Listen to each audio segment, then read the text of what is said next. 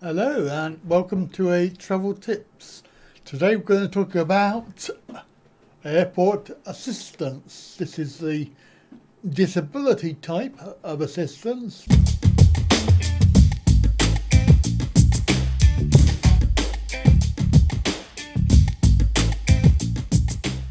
If they are disabled or they cannot walk very far or other reasons, including some reasons which have been cited. People were using the service because they are too lazy to walk anywhere, or even, as I've read doing research for this particular video, some Asian countries coming into the UK, they book assistance because they cannot speak English and they do not know where to go. So they book the assistance in order to get help to go through the terminal, even though they are probably fully able to walk and make their own way. This is because a long time ago, before cuts in the budget, there was a service where you could book help to go through the airport if you had limited English.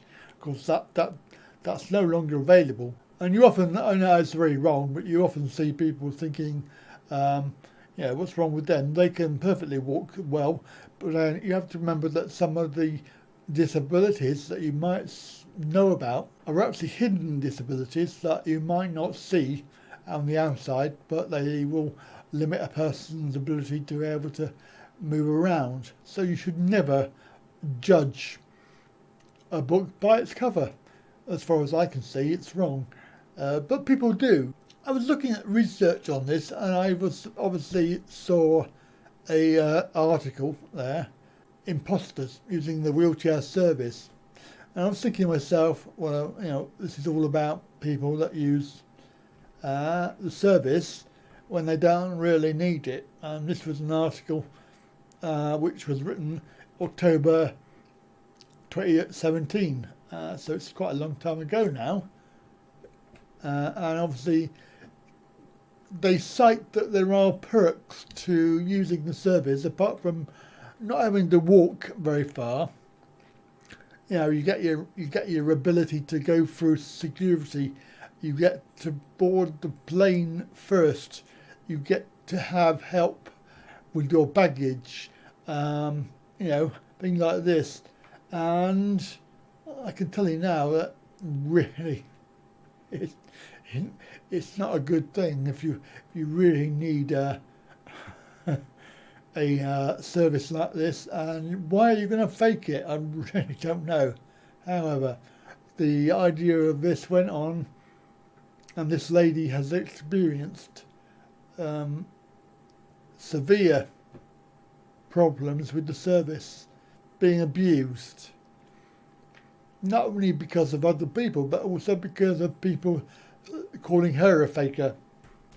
The idea is what we're talking about today is actually the airport assistance that is regulated by the CAA. As I was doing the research for this video, I discovered that there's a whole thing there which might be of interest to you if you're disabled. There is a legal requirement from the CAA that the airports and airlines have to provide this within the EU. They actually specify that outside the EU it can be a bit sporadic. However, from my personal experience of it around the world, occasionally it's actually better around the world than it is in the EU or in the UK. Now, so let's have a look at the CAA and just go through a few things there.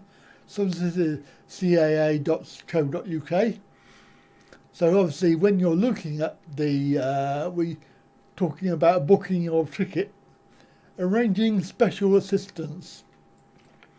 Now, in an ideal world, you should really select it and set it up 48 hours before you travel, whether through your travel agent, tour operator or airline. But whoever does that, I don't know. I've never done it. Obviously I have booked my seat, but that's about what I've done.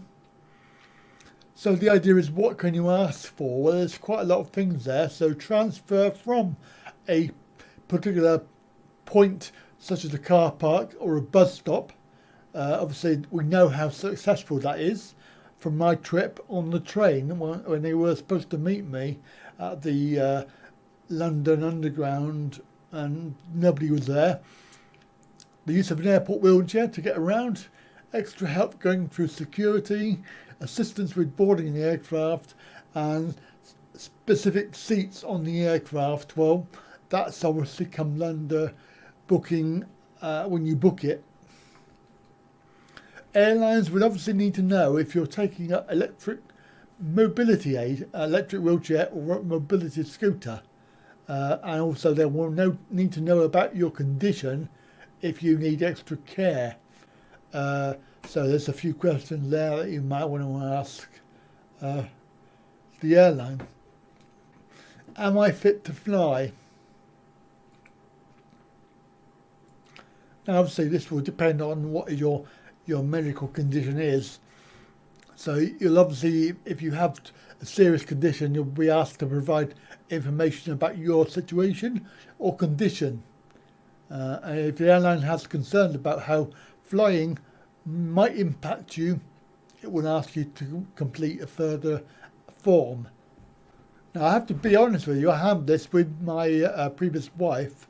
We declared everything to the airline and then they refused to take us and they made us, they cancelled our ticket and they made us get another airline which cost us more money, and they did not refund our money, the difference between the two airlines. So you have to be wary that if you do declare something, that your airline has the right to refuse to take you. Now obviously the whole thing with this situation of our situation was there was just the two of us. There was no extra people coming along to help out. Now airlines can actually insist that you have a carer, and it's quite important if you cannot evacuate independently in the event of an emergency. They need to buy their own ticket as well, and obviously they need to make the effort for you to sit together, which obviously is another subject. General medical advice.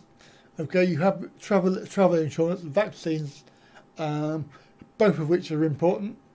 If you're going to a country that you need to have a vaccine for, it's probably advisable to sort that out before you go. At the airport,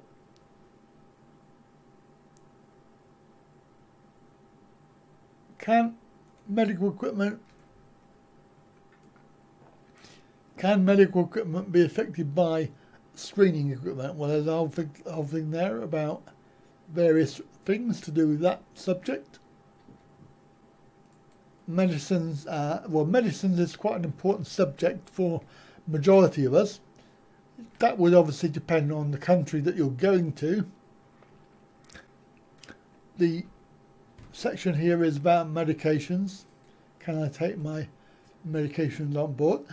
As I say, if it's all about the country that you're going to, checking out that you can actually bring it in to the country with yourself and not break any laws. For example, Thailand has very strict rules on the types of medication that you can bring into the country. Can you carry other needles and syringes in your hand baggage? Again, it's quite important that you speak to your airline, and there may be additional requirements. So, electrically powered medical equipment, obviously this is all about batteries. Oxygen, that they generally will supply their own air cylinders for medical use, because you're not allowed to carry your own cylinders on board, and they will usually supply it for a fee, which obviously is an additional cost that you have to think about. Assistance dogs is an interesting one. Airlines must accept all assistance dogs for air travel without charge. And dogs will usually sit in the space on the floor in front of the seat. They will usually seat them in the front row if possible. If not possible, and it's a larger breed, then the airline may charge for a second seat in order for there to be enough room. A safety harness should be taken on the plane during takeoff and landing. An airline may ask for confirmation that your dog has been trained. No, we're just having any old dog. And obviously the pet will need to be complying with the rules in international flights to other countries. And of course then you have to worry about the quarantine rules for other countries as well. And obviously they will need to comply with that. So we have, hopefully, airlines are responsible for communicating essential information about a flight in accessible formats.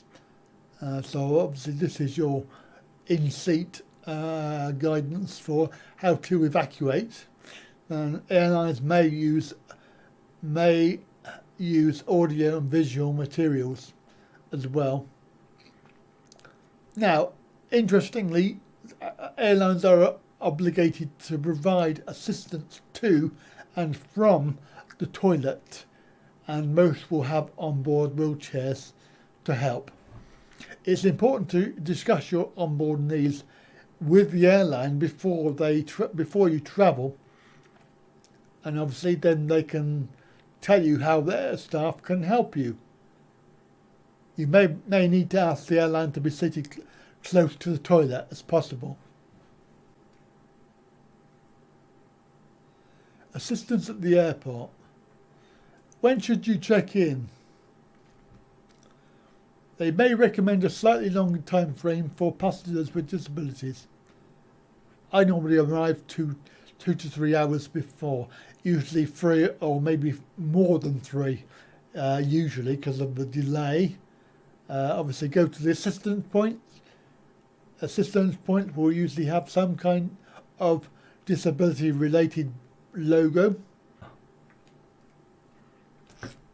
Staff can help you with taking you to the designated assistance area, getting to check-in and bag drop, going through security, and obviously to the departure gate. Alternatively, a companion can escort you, including putting you in an airport provided wheelchair. If you have your own wheelchair, you should be able to use your own equipment right up to the departure gate. And boarding can help you travel through the departure gate onto the aircraft. They will also help you to get you to your seat with stowing of your bags if required. At your destination airport on arrival, your wheelchair or mobility aid should be returned to you at the arrival gate, unless there are extenuating circumstances like that they've lost it or broken it, which is quite common. You may be entitled to assistance through immigration, customs, baggage reclaim, and all the way out to the designated arrival point depending on the country that you're going to. So there are 2 types of batteries. There's the lithium battery and non-spillable battery. So these are the 2 types.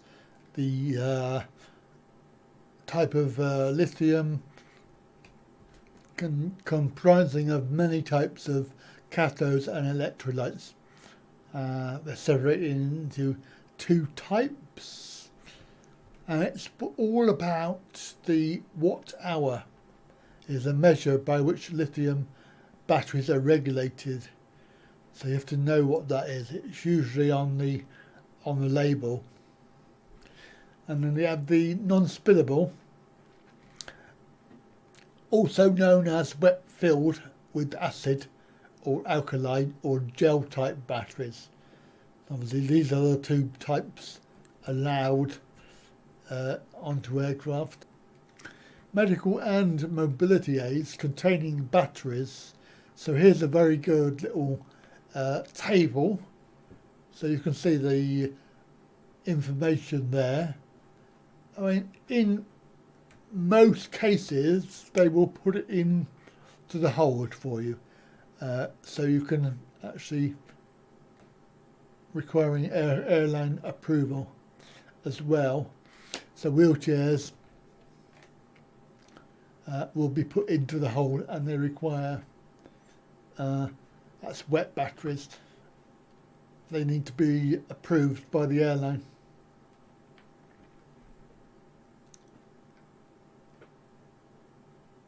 So there's loads of information. In the one that would be interesting me is this one here, the powered by lithium. The batteries can only be taken on as the into the cabin, so you need to be removed from the machine, and the motor is inoperative. The battery needs to be secured, and the battery terminals are protected from short circuit. So see, this is stowing it correctly for transportation. Well, I hope that that's been useful for you. I know it's been very, very quick run through, and there was a lot of information on there that was quite interesting to read, and I do recommend that you go on and have a look at it. It's, you know, if you're bored and you've got nothing else to do, then the CAA website is quite interesting. Anyway, have a good day. I'll catch you again for another travel tip very soon.